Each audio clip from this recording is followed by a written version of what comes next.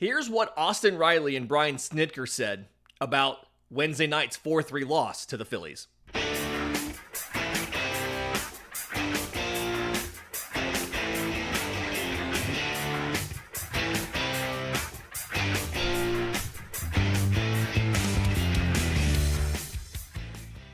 Yes, welcome on in to Braves Today for Thursday, April 10th. Your source of news, notes, and updates on your Atlanta Braves. I'm your host, Lindsay Crosby. You can follow me on social media at Crosby Baseball. You can follow the show on X, Braves_today. We have a Facebook page and an Instagram as well. And you can find all of my written work, bravestoday.com. That's the Braves Today Substack, as this is both a podcast and a newsletter. Tons of ways to support the show, whether it's subscribing on YouTube, hit the notification bell so you know when we drop an episode, subscribing on audio, Spotify, Apple, whatever Google's using nowadays. Leave a 5-star review while you're there, or subscribing to the Substack. Again, bravestoday.com. We have both free and paid memberships over there. In just a minute, I want to get to the signing, or I guess the trade for Rafael Montero. I want to get to Reynaldo López's shoulder surgery. We didn't talk about it earlier in the week, but answering some of the questions that have come up. Talked to a friend of mine who is an arthroscopic surgeon to get a better idea of what exactly something like this looks like. But first, the Braves lost 4-3 last night to the Phillies in a very frustrating game. We have talked at length this season about Atlanta's inability to hit with runners in scoring position. They go 1 for 5 last night. They stranded 12 on base. But it was the way in which they didn't get it done last night that I want to get to. Because Austin Riley, here's the thing. When you look at the box score, if you didn't watch this game and you look at the box score, you could turn around and say that Austin Riley was the MVP of the game, right? He goes 2 for 5, RBI, a run. He hit a solo shot. It would be easy to say, yeah, Austin Riley was the MVP of the game. But when you watched the game, Riley twice comes up with the bases loaded and 2 outs and does not deliver. One time it's a pop fly to Bryce Harper at first to end the inning. One of them is a fly ball to shallow right field caught by the second baseman, Bryson Stott, to end the inning. And so I jokingly, when he hit the home run late to help close the gap and tie it back up at 3, I jokingly on social media asked, does this make up for screwing up with runners in scoring position earlier in the game? And the resounding answer was no. You would trade a solo homer for a double with runners in scoring position that could have scored 2 or 3 runs. Of the 12 runners that Atlanta stranded in this game, 6 of them were those 2 Austin Riley at-bats. And to his credit, let's say credit, he did acknowledge after the game when talking to the media that he was not good enough last night. Quote, 2 opportunities right there and I didn't get it done. Got to at least get something across the board in one of the 2. Just got to. He's not wrong. Like, he's absolutely right when he says that he has to get something done there.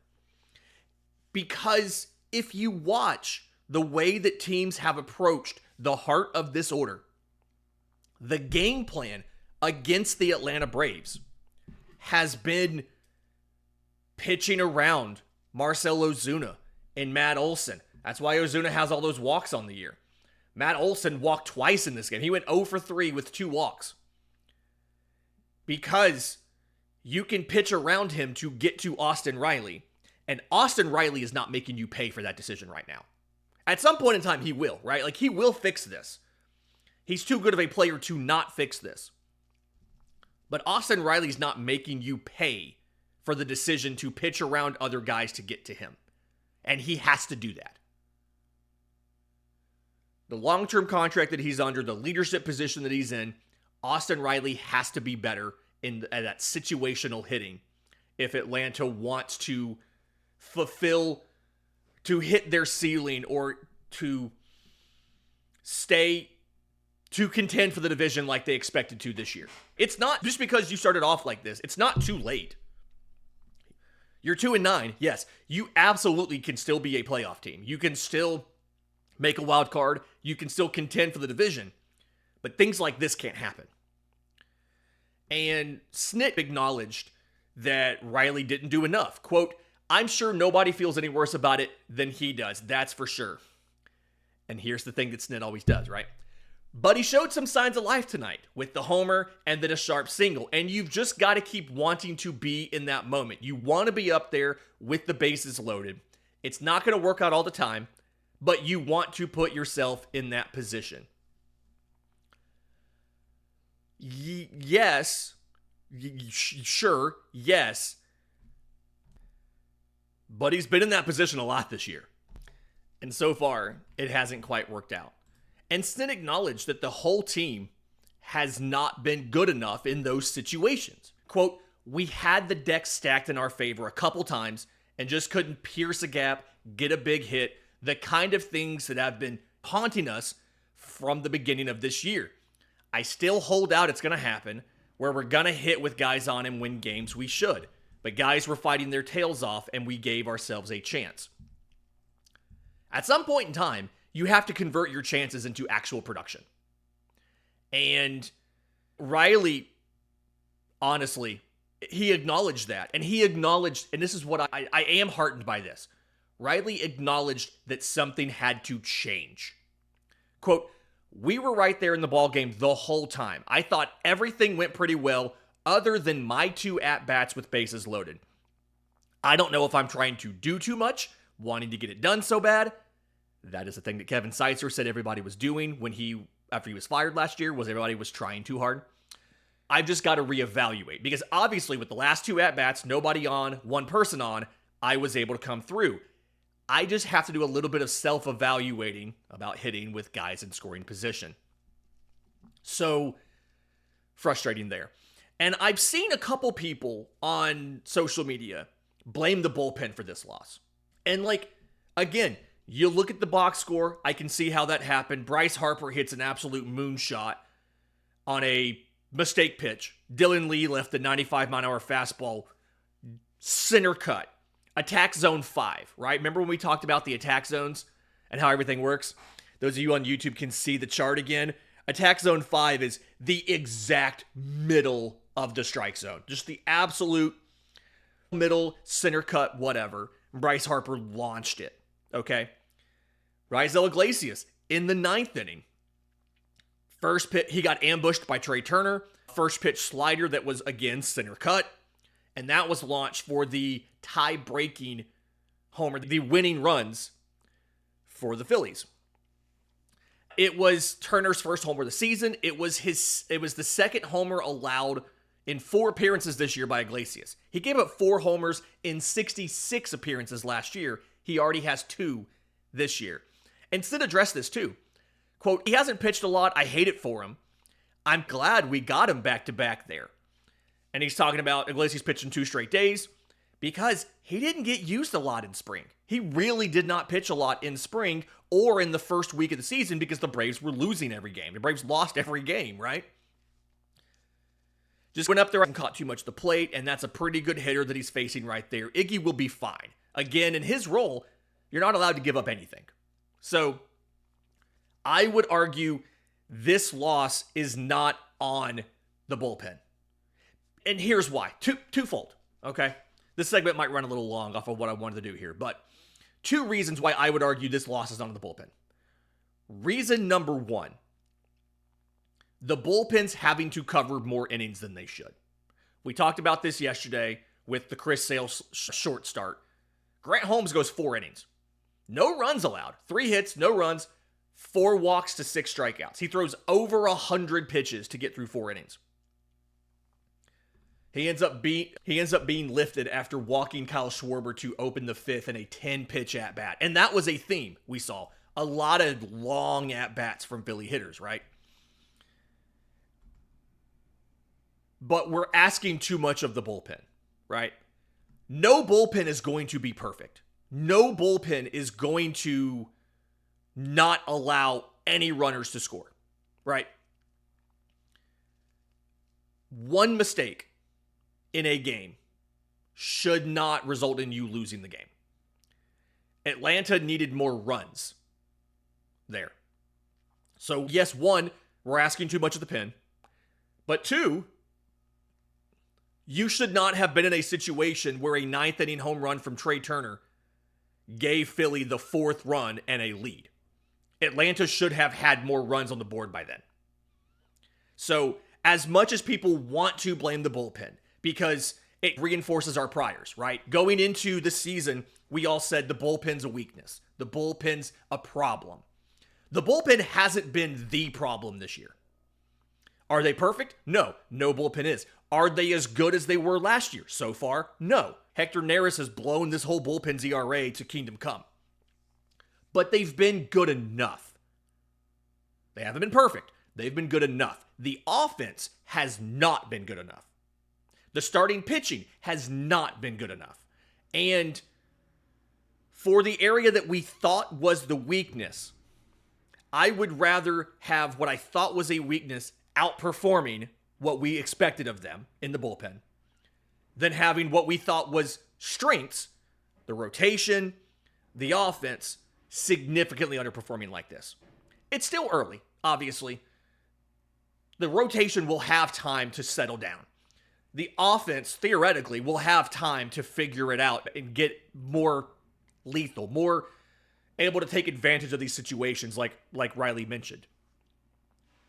But this loss, as much as we want to say it should be on the bullpen, it's not on the bullpen. Because Raisel Iglesias should never have been in a 3-3 game in the ninth. That should have been a 5-3 game. A 5-3 Braves lead in the ninth. Right? Even after the Dylan Lee homer, that should not have tied the game up for Philly. That should have closed the gap and made it from a 3-run lead or a 4-run lead into a now a save situation. Don't blame the bullpen for this one. Yes, it was 2 mistakes. Yes, they crushed both of those mistakes. That's what good hitters do, right? You're allowed to make a mistake. It's unfortunate that happened, but this loss is not on the bullpen. This loss is on the offense. This loss is on the starting pitcher for not going deep enough. And those are the things that have to get fixed if Atlanta wants to contend for the division. In just a second, let's talk about Rafael Montero trade, because I wrote this up over at BravesToday.com, kind of trying to dig into how was he so good in 23, what went wrong, and how can you maybe fix him. We'll break that down next, right here on Braves Today. But first, today's episode is brought to you by our friends at Chinook Seedery. These are the absolute best and most fantastic sunflower seeds on the market. 8 different flavors: original, lemon pepper, jalapeno ranch smokehouse barbecue, hatch chili, dill pickle, cinnamon toast, parmesan, and pepper, right?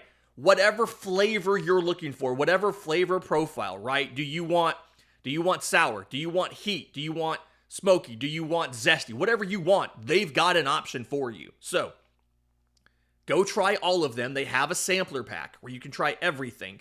And once you figure out what you like, ChinookSeedery.com, CHINOOK, ChinookSeedery.com, promo code BRAVES, gets you 10% off and free shipping on orders over $40. Again, ChinookSeedery.com, promo code BRAVES for 10% off, free shipping over $40, and it's a great way to support the Braves Today podcast. Welcome back to Braves Today. Lindsay Crosby talking about just updating from the week, right? We covered this loss last night. We are going to flush that. We are going to move on. It's Spencer Schwellenbach shove day. We're going to watch him take on Jesus Luzardo tonight. Again, I'll have a live postcast, Locked On Sports Atlanta. Go check that out after the game. But let's talk about Rafael Montero, because the Braves made the trade in-game on Tuesday. Rather wild. And let's talk about who he is as a player. And let's talk about maybe how he can get fixed. So what you need to know here, his 2022 season with the Houston Astros was just absolutely fantastic. 5-2, 2.37 ERA in 71 games, and 68 in the third innings. Should have gotten 2 more outs. Went 14 of 16 in save situations, right? He signs a 3-year deal that offseason. And this is something the owner signed him to this deal. Jim Crane signed him to this deal. The general manager, James Click, had left. If you've read Winning Fixes Everything from Evan Drellich, you'll understand why James Click left. And it was a disaster of a contract, right?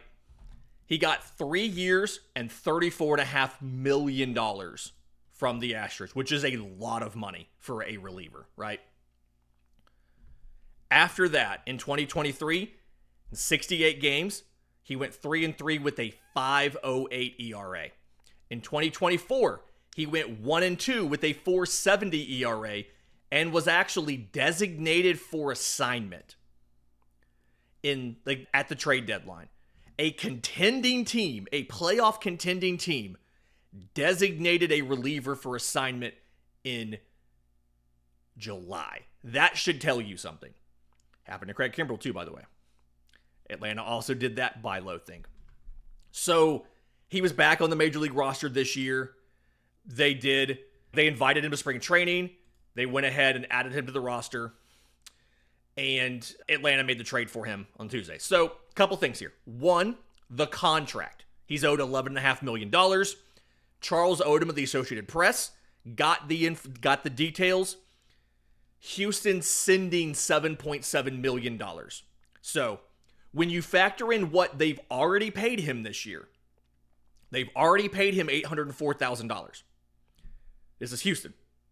Plus, they're sending $7.7 to Atlanta. The Braves are on the hook for just under $3 million, which is entirely reasonable. If you get 2022 Rafael Montero, it's a steal.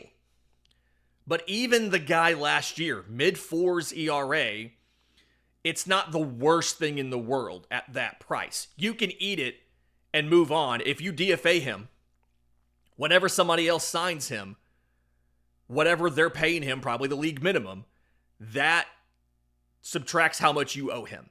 So this is a great buy low on a guy that has shown a history of being successful in the past. I am perfectly fine with the money here. Less than $3 million again, and if you DFA him, it's going to drop even more. Hypothetical, if you DFA him and somebody else picks him up for the rest of the year, and they're paying the league minimum, you'll owe just over $2 million for him in that situation. Long as it's not a team where he can come back and beat you, you're fine with it. But let's talk about why he was so bad. Because what you need to know is that 2022 season was really good. It was also earned.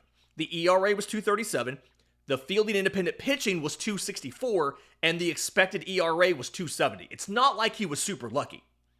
It was legitimately good. And a lot of the quality of contact metrics that I like to look at, he was exceptional. Barrel rate of 2.9%, 99th percentile in 2022. Hard hit rate, 32.6%, 89th percentile. Average exit velocity of 86 and change, 91st percentile. Ground ball rate of over 50%, he was in the 89th percentile. And his fastballs were really successful. He's throwing both a 4-seam and a sinker, combined for a +7 run value. But everything in his profile works off of the changeup, okay? 91st percentile at +6 run value. And when you look at run value per 100 pitches, which is a more fair way to look at run value when it comes to relievers, because they're not throwing as many pitches as a starter, it was the 11th best off-speed offering in baseball. Right there, I believe he was right behind Raisel Iglesias. And pre-2025, and we're getting to that, pre-2025, the Raisel Iglesias pitch arsenal and the Rafael Montero pitch arsenal are surprisingly similar, right? A lot in common here, okay? As best I can tell, what happened to him in 23 and 24, as dumb as this sounds, it isn't a degradation in the quality of the fastballs. It isn't a degradation in the quality or the movement of the changeup. It's how he was using it. Okay? I went back and looked at the movement on the changeup, right? What happened there? Because this whole thing is driven off that changeup. Again, similar to Raisel Iglesias, right? He's got a good fastball. He can use it to get whiffs. But Raisel Iglesias works because he's a changeup pitcher. His changeup is so good, right? And we saw that last night. We saw him get a strikeout on that changeup down in the way to a lefty. Montero's changeup has always had below average vertical movement, but above average horizontal movement, right? So it's not dropping as much as a normal changeup, but it gets a little more arm side run, right? That profile didn't really change from 22 to 23 and 24. He lost a little bit, like an inch or so of drop, and he picked up like just under an inch of horizontal movement, but it's not enough to explain going from a 133 batting average on the changeup in 2022 to a 307 in 2023. The best that I can figure out, and again, I broke this whole thing down at bravestoday.com. The best I can figure out is it's how he was using it. Because in 2022, the most common times for him to throw a changeup, 0-2 counts, 1-1 counts, and 2-1 counts. Situations where you can throw a changeup for a ball to try and get some chase, right? You don't have to have a strike, but if you get one and you get a whiff, at-bat's over, right? 0-2, and then again, 1-1 and 2-1. Not 2023. He still used it a lot in some advantage counts, like 2-0 and 2-1, but right behind that, he was throwing it a lot in 2-strike counts. 1-2, 2-2, 3-2. It's like he said, hey, let's just build the whole plane out of changeups. The changeup's working, let's just use it more. But the situations he added changeup usage are situations when guys, one, like 3-2, you've got to throw a strike or you're walking this dude, right? 20% of the time, he threw a changeup in 3-2. Whereas before, it was way lower than that. He threw a lot more changeups with 2 strikes when guys are willing to go out of the zone or swing at the edge of the zone to hit the changeup. Okay, the bottom, I'm just looking at lefties, right? Down and away in the zone in 2022, he allowed an 0.67 average. And then belt high but away, he allowed a 250, which is not great, but he didn't throw many pitches there. The next year, he allowed a 529 down and away, but still in the zone, and a 429 away but belt high. Because he threw a lot more when guys had to swing. And they swung, and they made contact. If I have 2 strikes, I am swinging at a changeup down and away. Whereas if I had 1 strike, I may be willing to take that pitch and wait for something that's more hittable. Something that I can drive. One of the big changes he made going into this year is he's added a splitter. He's replaced the changeup with a splitter. He's literally thrown 20 of them. So this is incredibly small sample size. But he's still throwing it in 0-1 and 1-1 and 2-1. He's also used it occasionally in 1-2 and 2-2, which was the problem in 23 and 24, right? Was throwing it when guys are more likely to swing. And throwing it for a strike to try to get the put-away pitch. But the difference here versus the difference in the previous seasons is the splitter has more drop. And so his locations on those 2-strike counts have almost always been out of the zone because the splitter drops more than the changeup did. And so because of that, like it's 8 inches more drop than the changeup had. He's gotten 2 swinging strikes, 2 foul balls, and the one he threw in the zone was hit for a double. So he's gotten back to using it more when he can use it to steal a strike versus using it to get the put away. Because guys swing at more stuff with 2 strikes and they expand the zone with 2 strikes. And a lot of them shorten up the swings to try to put balls into play with 2 strikes. But when he does use it in 2-strike situations, it's more likely to end up out of the zone and out of the reach of the bat than it did when it was a changeup. I know that sounds weird. I know that's hard. Like the logic isn't going to track. But for some reason, I just have more confidence in the ability of a splitter to survive with this usage versus a changeup that doesn't drop a lot with this usage. Now, he's not all the way back. It's a limited sample here. He's still gotten hit pretty hard. Like when guys do make contact, they're making pretty good contact, but it's a very small sample size. And he's not getting as many ground balls, but he's getting more whiffs, right? Still a work in progress. But at under $3 million, it's not a bad experiment. And I'm willing to see how it works out. In just a minute, let's answer some of the common questions I've seen about the arthroscopic shoulder surgery for Reynaldo López, what it means, and when he should be back. We'll do that next, right here on Braves Today. Final segment of Braves Today, Lindsay Crosby talking about just covering some basic news for the Atlanta Braves that we've missed in the last couple days. The Montero trade. This is on... Okay, so the Braves announced that Reynaldo López had his arthroscopic shoulder surgery. And the takeaway from that was that it was the best case scenario. There was no structural damage. It was just a clean out. He's going to be shut down from throwing for 12 weeks and then begin a throwing program. So what does this mean? What did they actually do? I talked to a friend of mine who is an arthroscopic surgeon. He did ask me not to say his name on the pod because the hospital that he works for, he's not authorized to speak publicly to the media about these kind of things. So not going to give you his name. But long story short, they cut a couple small incisions into the shoulder and they insert an arthroscope, right? It is a tube with a small camera attached. And they can kind of look around and see what's going on.